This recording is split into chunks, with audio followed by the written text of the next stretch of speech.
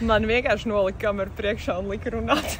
Jā, bija jāiziet ļoti no komforta zonas ārā, bet vienkārši dzīvē jādara, jo savādāk nekas nenotiks. Visi, kas grib papildināt, nezinu, kaut ko izmēģināt jaunu, savu ikdienu interesantāku slīsīt. Grib pirkt savu produktu, bet var saņemt viņu bez maksas uztaisot video.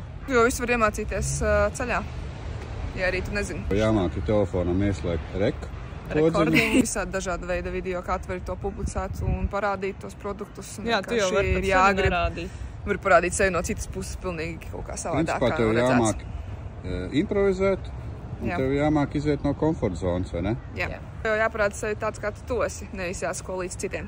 Vēlies sastrādāties ar citiem uzņēmumiem, atķeksē, ka tu piekrīti tam, un mēs nodosim tev informāciju varbūt kādam citam uzņēmumam. Mēs pat nenodosim, mēs sagatavotu informāciju no tā uzņēmuma. Piedāvājumu nosūtīsim paši, lai viņam nebūtu spams tiem cilvēkiem no 6 uzņēmumiem. Pirms kāds varbūt piedāvās kādu ceļojumu. Tas jau būs tur es pieteikšos. Nu, lai veicas. Vienkārši jādara.